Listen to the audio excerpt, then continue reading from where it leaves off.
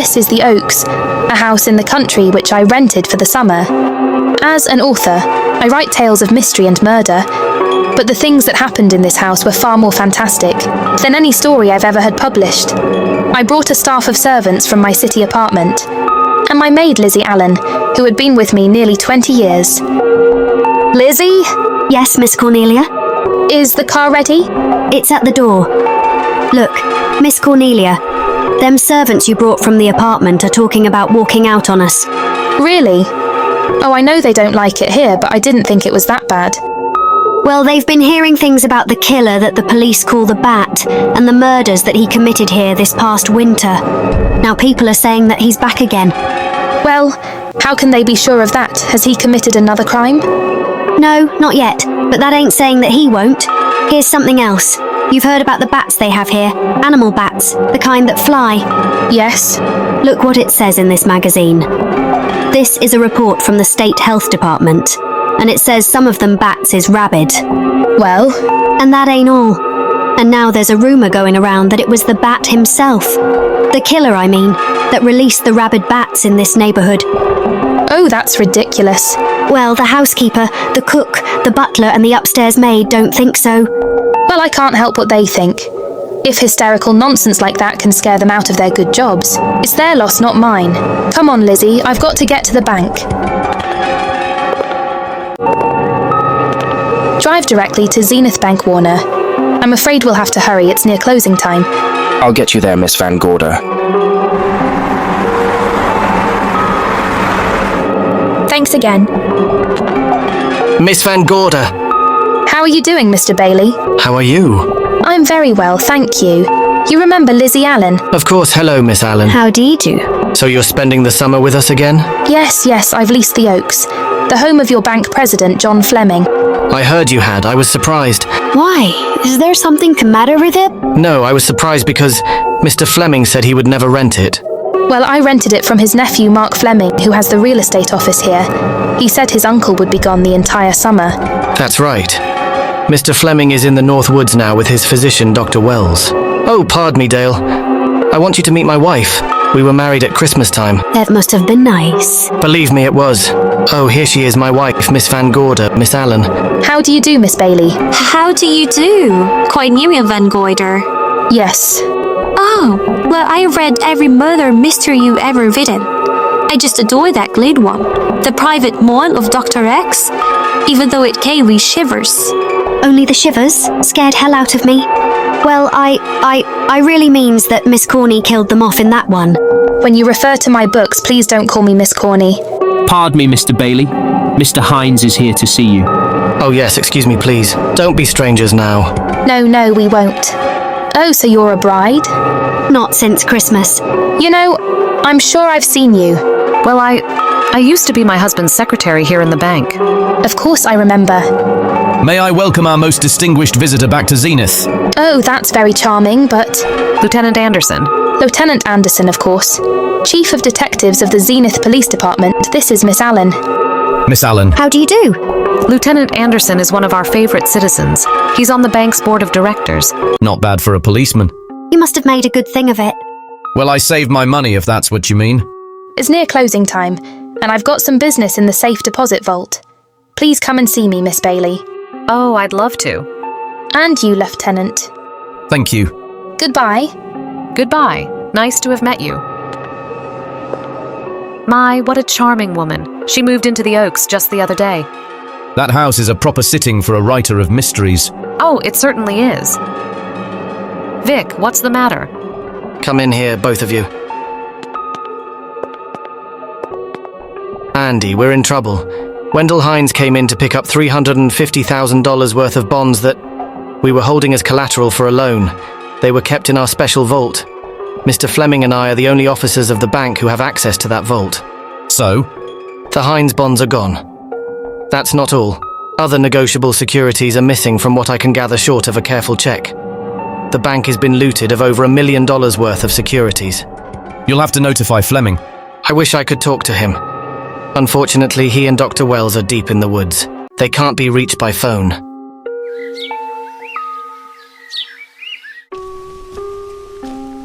What is it? I thought I heard someone on the path coming from the lake. Had an idea it might be that guide of ours. Oh, Sam won't show up until morning.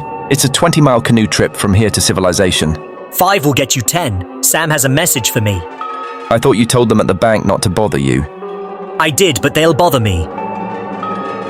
Doctor? Yes, John. What would you do for $500,000? Anything short of murder. Why not murder? Too messy. Too great a risk? For $500,000, yes. I pinched $1 million from the bank. I'm not kidding, I embezzled it. Not that I think you wouldn't do it if you thought you could get away with it. I got away with it. I'm not talking about currency. I took negotiable securities that could be converted into cash. I have the cash in 10s, 20s, and 100s. And I'm your doctor, not your lawyer. Why tell me this? You'll find out why.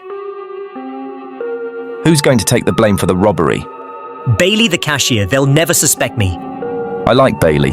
Oh, so do I love the guy. I gave him his first chance. He has a lovely little wife. Charming girl, was the best man. Where's the $1 million?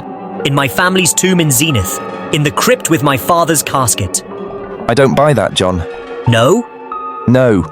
You forget that I had you in charge when you were a very sick man, when you raved in delirium and I heard you talk about a hidden room. Now, where else could you put a hidden room except in that mansion you built?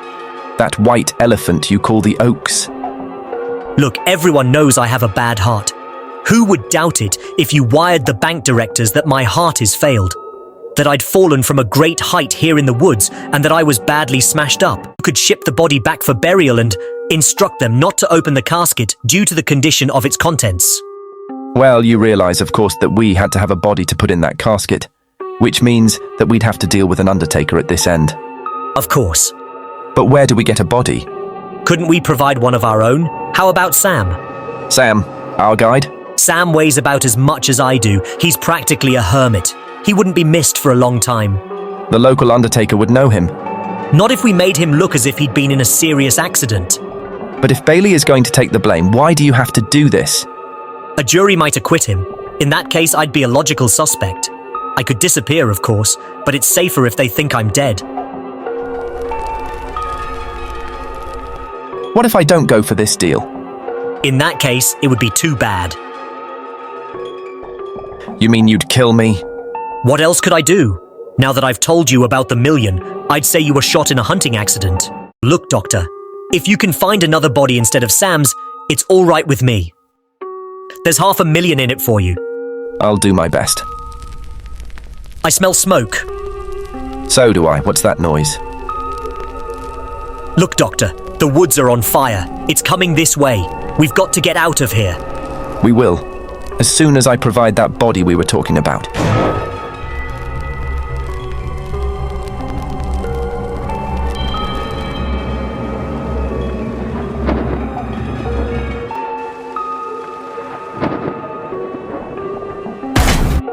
My goodness. Lizzie, is that you? Yes, Miss Cornelia. There's a storm coming up and it's going to be a snorter. The wind nearly blew the door off its hinges. Well, that noise blew my game higher than a kite. I think I've lost some of the cards. Oh, I'll get them for you. Oh, I see you found the paper. To rat that paper boy. Scooting by on his bicycle, just chucked it into a couple bushes and let it go at that. For land's sake, Mr. Vic Bailey has been arrested. Oh, Right there. Victor Bailey, Vice President and Cashier of the Zenith Bank, was arraigned before United States Commissioner Alvin Fielding, charged with the embezzlement of over $1 million. I can't believe Vic Bailey had anything to do with that robbery. Oh well, I see our landlord is home again. Landlord? Mr. Fleming. Dr. Malcolm Wells is back in town with the body of John Fleming, President of the Zenith Bank, who was killed in a forest fire. Mr. Fleming will be laid to rest in his family's tomb on Friday. And I hope he stays there. Why shouldn't he? Well, this is his house. And ever since he died, some funny things have happened here.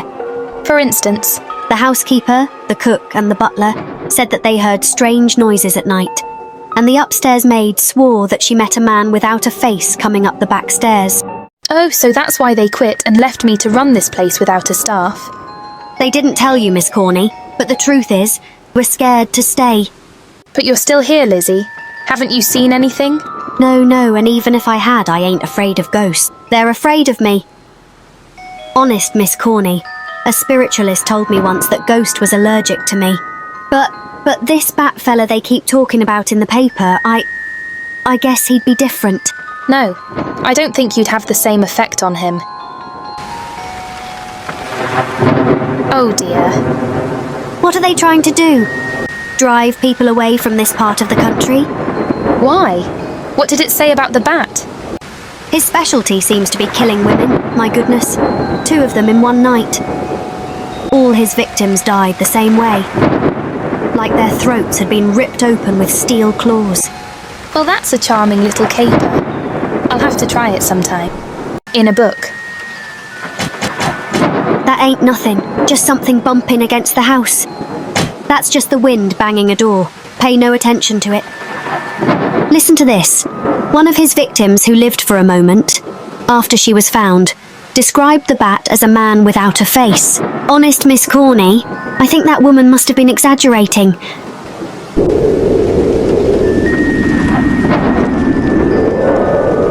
That's just that heavy tapestry at the top of the stairs.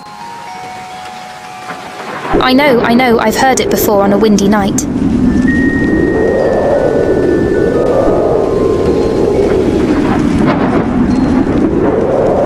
But that sound a little was someone on the stairs. I know there isn't. Least there shouldn't be. There ain't.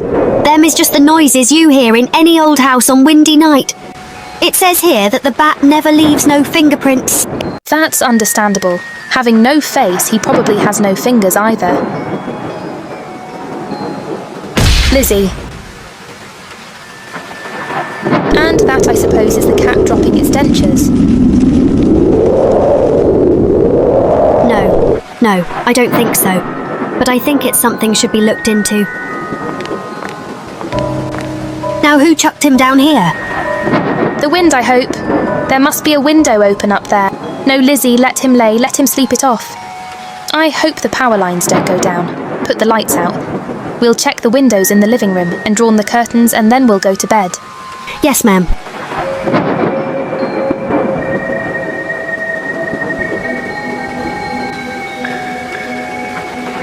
I won't be a minute.